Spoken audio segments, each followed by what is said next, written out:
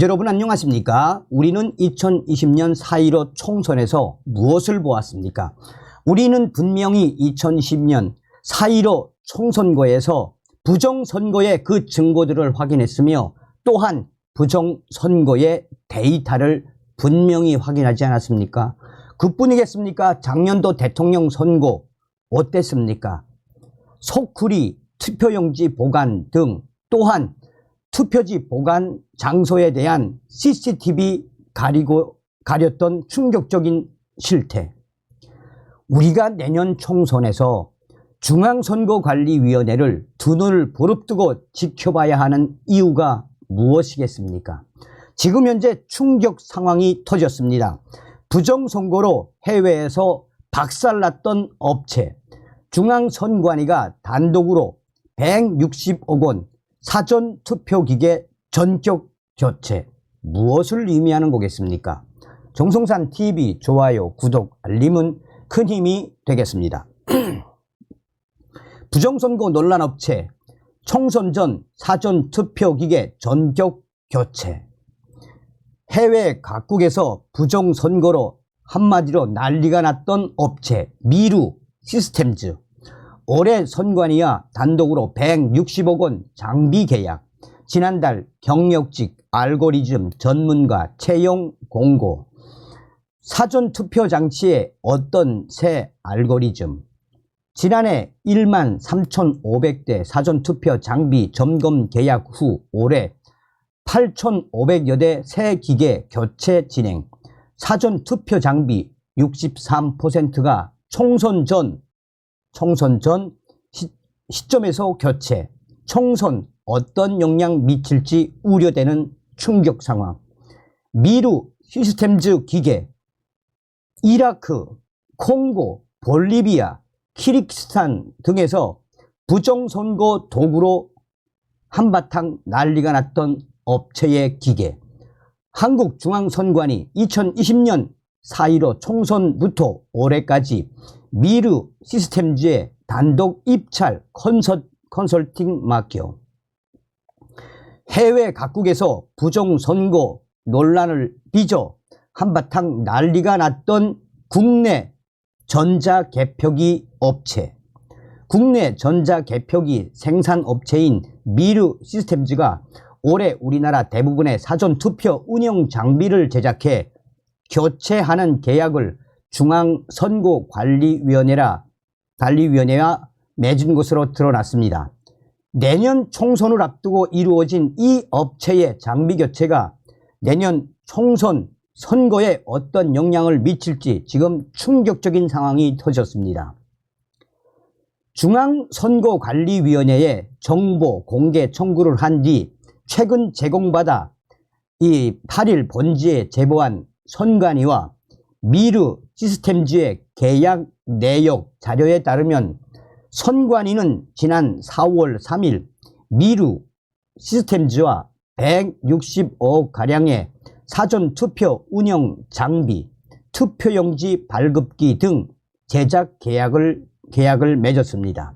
납품 기한은 올해 11월 30일까지로 계약 일정대로 지켜졌다면 현재 대한민국의 사전투표 기계는 전부 새로 제작된 기계로 전격 교체된 셈이 됐습니다.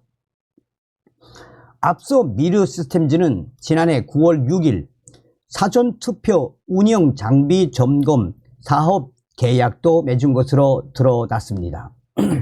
계약금 1억 6,366만 원에 그해 11월 11일까지 진행되는 계약으로 돼 있었습니다.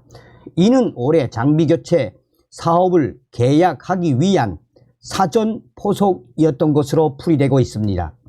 장비 점검을 맡겼던 업체에게 장비 교체 사업까지 맡긴다는 선관위 명분도 주어졌던 셈이 됐습니다. 미르 시스템즈가 선관위에 제출한 사업 계획서에 따르면 지난해 9월 6일부터 11월 11일까지 미르 시스템즈가 점검한 사전투표 운영 장비는 총 13,500대, 발급용지 발급기, USB, UPS 보관 가방 포함입니다. 미르 시스템즈는 이후 올해 4월 약 160억 원의 장비 제작 단독 계약을 맺은 후 먼저 2,460대 제작을 위해 48억 원 가량의 선금 지급을 신청했습니다. 비율로 환산해 보면 전체 계약으로는 약 8,500여 대의 사전투표 운영 장비를 올해 11월까지 선관위에 공급한 것으로 추정됩니다. 이는 전국 13,500대의 사전투표 운영 장비 중 약 63%가 미르 시스템즈가 새로 제작한 기계로 내년 총선 전 시점에서 이미 교체가 완료됐음을 뜻합니다. 무엇보다 미르 시스템즈의 전자 개표기는 이미 해외 각국에서 여러 번 부정선거로 엄청난 논란을 일으킨 업체이며 내년 우리나라 총선에도 어떠한 영향을 미칠지 심각하게 우려가 되는 충격적인 상황이라는 겁니다. 2017년 5월 미르 시스템즈의 전자 개표기를 사용한 이라크 국회의원 선거에서 처음 부정선거 논란이 터져 나왔었습니다. 당시 이라크 현지 언론 보도에 따르면 전자 개표기로 집계한 결과와 수작업으로 집행한 투표 결과가 투표함에 따라 최대 12배까지 차이가 나는 충격적인 결과들이 쏟아져 나왔었습니다. 미르 시스템즈의 이 전자 개표기로 이렇게 부정선거에 충격적인 사태가 터져 나오자 부정선거 의혹에 대해 이라크 정부는 전자 개표 결과를 긴급히 취소하고 수작업에 위한 재검표를 실시하기까지 했습니다.